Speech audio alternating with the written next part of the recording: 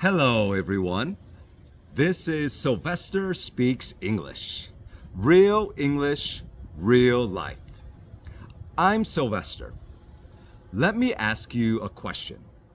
If you describe everything as good, bad, strong, smart, or careful, people will understand you.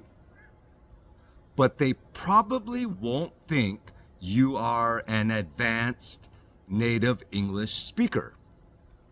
The difference between an intermediate English speaker and an advanced English speaker is often not grammar, it is vocabulary. Today, I'm going to show you 10 words that educated native speakers use. These words will help you sound more intelligent, more professional, and more confident in English. And the best part, you can start using them immediately. Let's get started. Many English learners say someone is strong.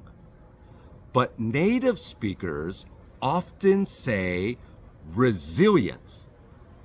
A resilient person doesn't just survive difficult times. They recover from them. They bounce back. For example, despite losing her job, she remained resilient and started her own business. Strong describes a person. Resilient describes how a person responds when life gets difficult. That's a powerful difference. Instead of careful, try meticulous. A meticulous person pays attention to every detail. Nothing gets overlooked. For example, an accountant is extremely meticulous. She checks every figure several times before submitting her report. This word instantly communicates professionalism and reliability. If someone describes you as meticulous, take it as a compliment. Instead of saying someone is smart, use insightful. An insightful person notices things that other people miss. They see deeper patterns and connections. For example, he made an insightful observation during the meeting that completely changed our strategy.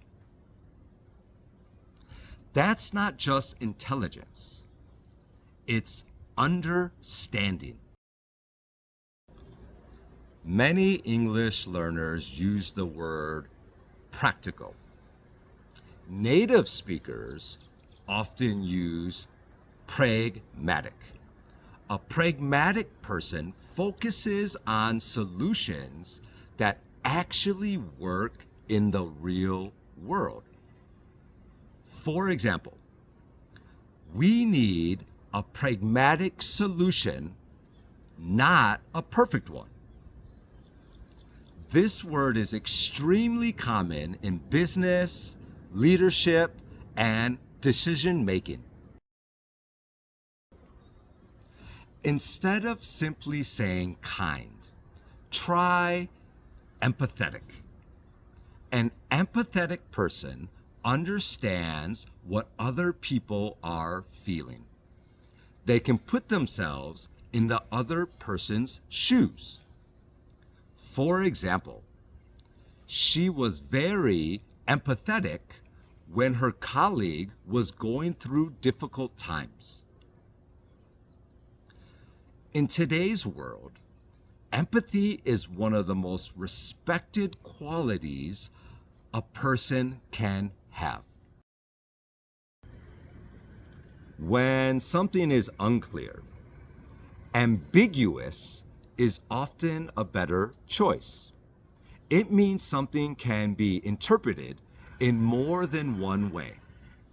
For example, the instructions were ambiguous, so half the team completed the task incorrectly. When communication is ambiguous, mistakes happen. That's why this word is so useful. Here's a word you'll hear all the time in business: mitigate.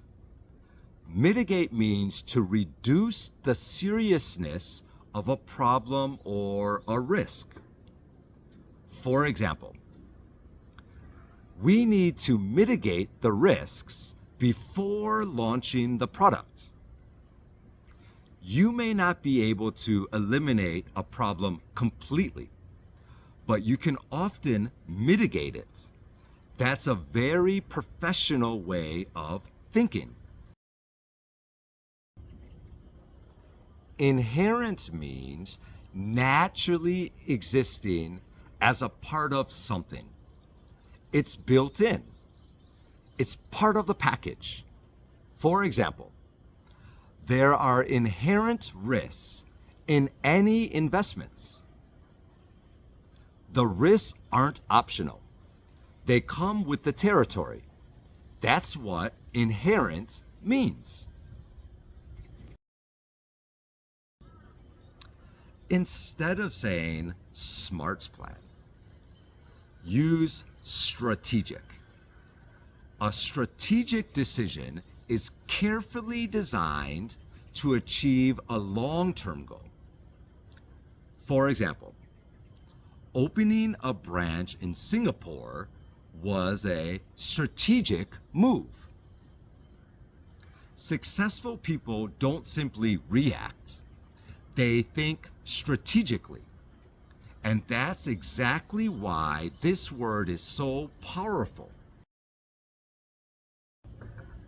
And my favorite word on today's list: articulate. An articulate person expresses ideas clearly and effectively. They can explain complex ideas in a simple way. For example, she's incredibly articulate and always explains difficult concepts clearly. Notice something interesting. Being articulate isn't about using complicated words. It's about making your ideas easy to understand. That's true intelligence. So there you have it. 10 words that can instantly make your English sound more intelligent, more professional, and more natural. But don't try to memorize all 10 words today. Choose just one. Use it in a sentence. And write that sentence in the comments below. I'd love to see how you use it. And here's a question for you. Which of these 10 words do you think you will use most often? Let me know in the comments. If you enjoyed this lesson, don't forget to like, subscribe, and join us for more real English, real life. Thank you for watching today's lesson. I'm Sylvester. This is Sylvester Speaks English. And I'll see you in the next lesson. Bye for now.